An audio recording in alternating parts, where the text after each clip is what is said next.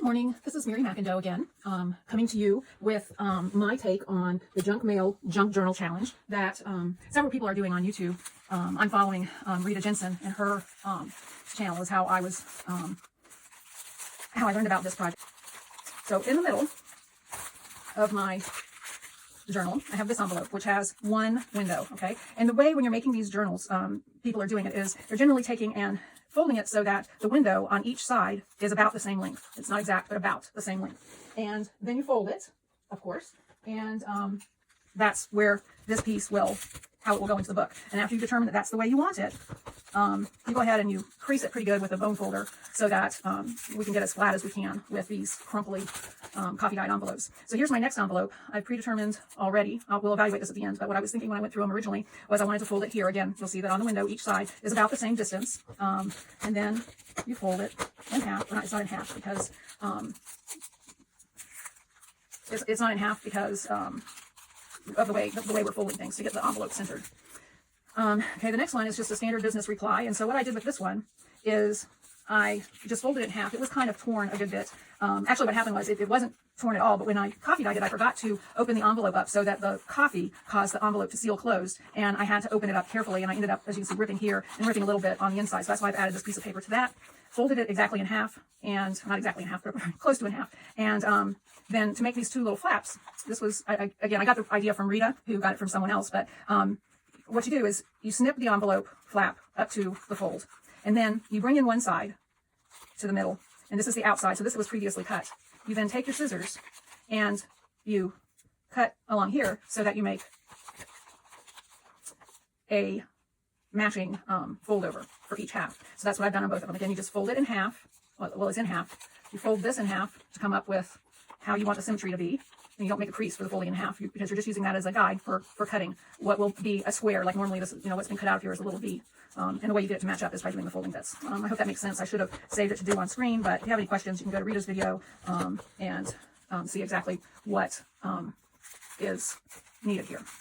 Okay, the next envelope is, again, folded so that each side of the window has about the same length on it. So it's giving us some different sizes, as you can see, in terms of our envelopes.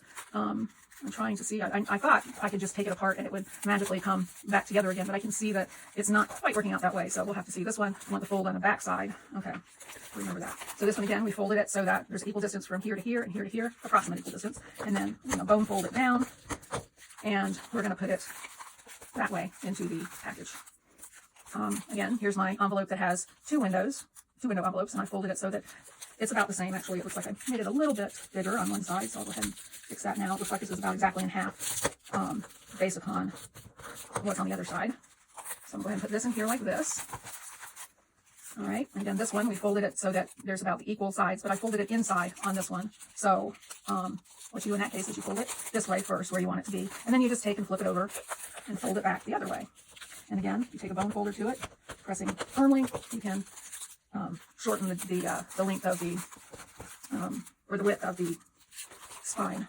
Again, there's another one paper, or one envelope, one window envelope, and again, fold it in a little bit. Looks like I'm a little bit off again. Go ahead and correct that a little bit. I don't know that it makes that much difference. Pressure, or apply pressure with your bone folder. Oops, see, I didn't get it straight. That's probably, and one thing when I was doing these, when I was coffee dyeing these envelopes, I realized that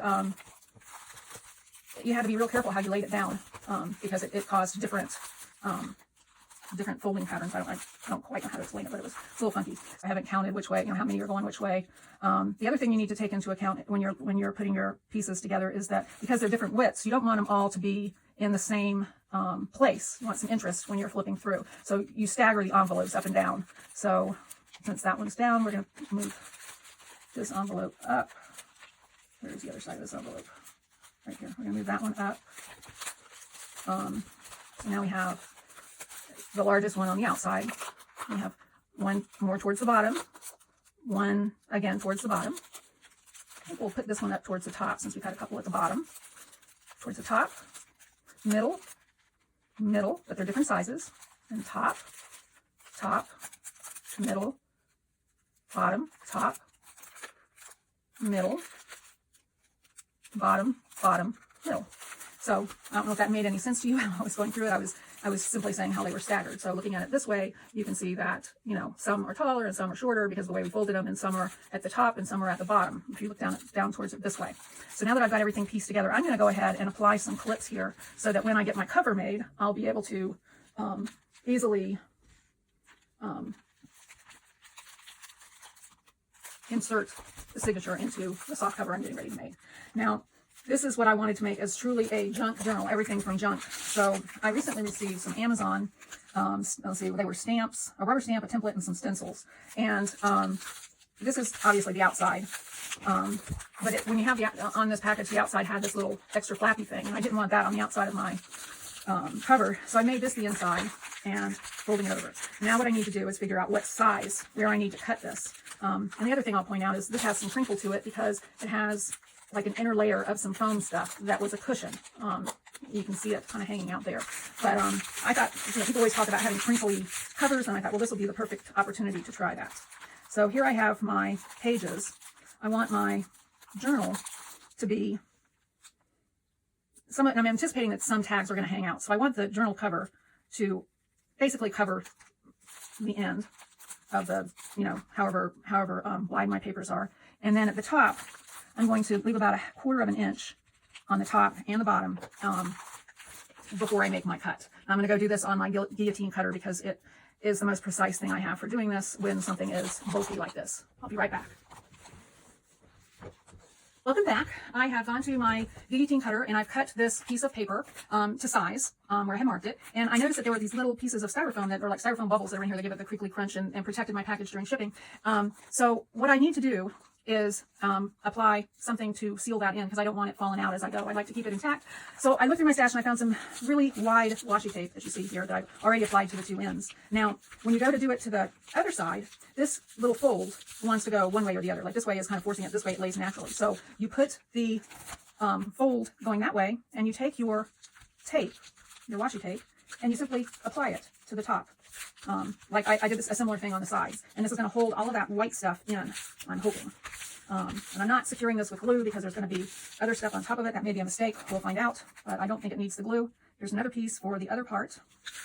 And it seems a shame to waste, quote unquote, waste all of this beautiful washi tape that's so wide. But it was something I got off of Amazon that I don't recall being too terribly expensive. It didn't come from overseas, which I've ordered that, the beautiful tape they have that's made in Japan.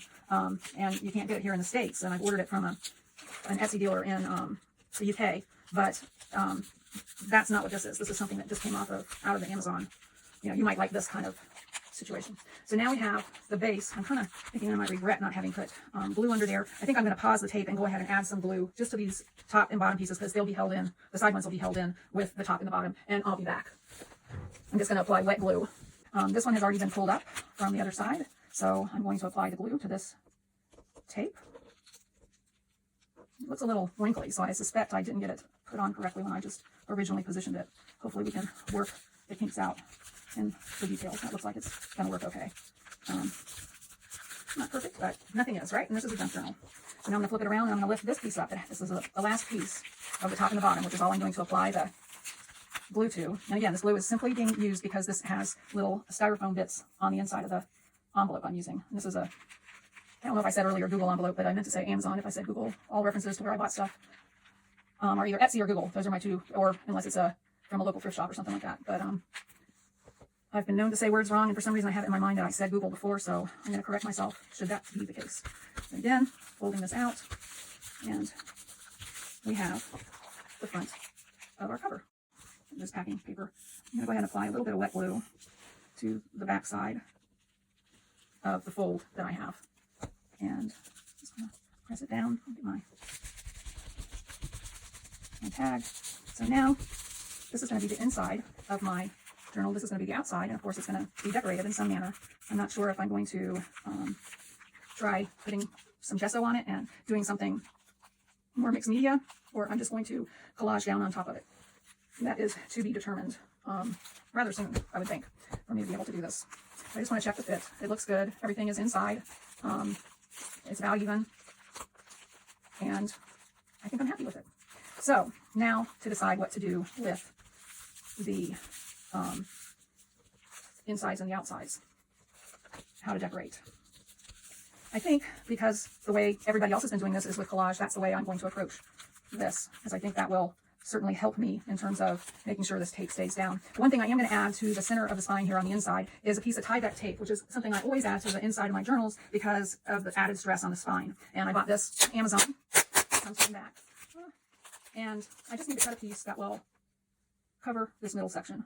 So I always fold back a little piece on my tape, which I know you can't see I'm in frame now, but out of frame now, but I fold a little piece back like that so that it's easy to find the beginning of the roll when I pick it up the next time. So I don't want it to go over the top. Just want it to go to like right there. So I'm cutting it. I'm going to take the tape and fold a little bit back on itself like this to give me the lip so that when I go to make my next journal, I will have a little lip to easily identify where the tape has been cut. So I now have my journal cover ready to be decoupaged. And from the earlier, not decoupaged, but collaged, from the earlier videos, I've seen people at this point go ahead and, finish the cover off before they take the next step. So that's what I plan on doing, is getting some papers out that will go with my theme, which is junk mail, or, a junky, hodgepodge of stuff. So let me grab some papers and I'll be right back.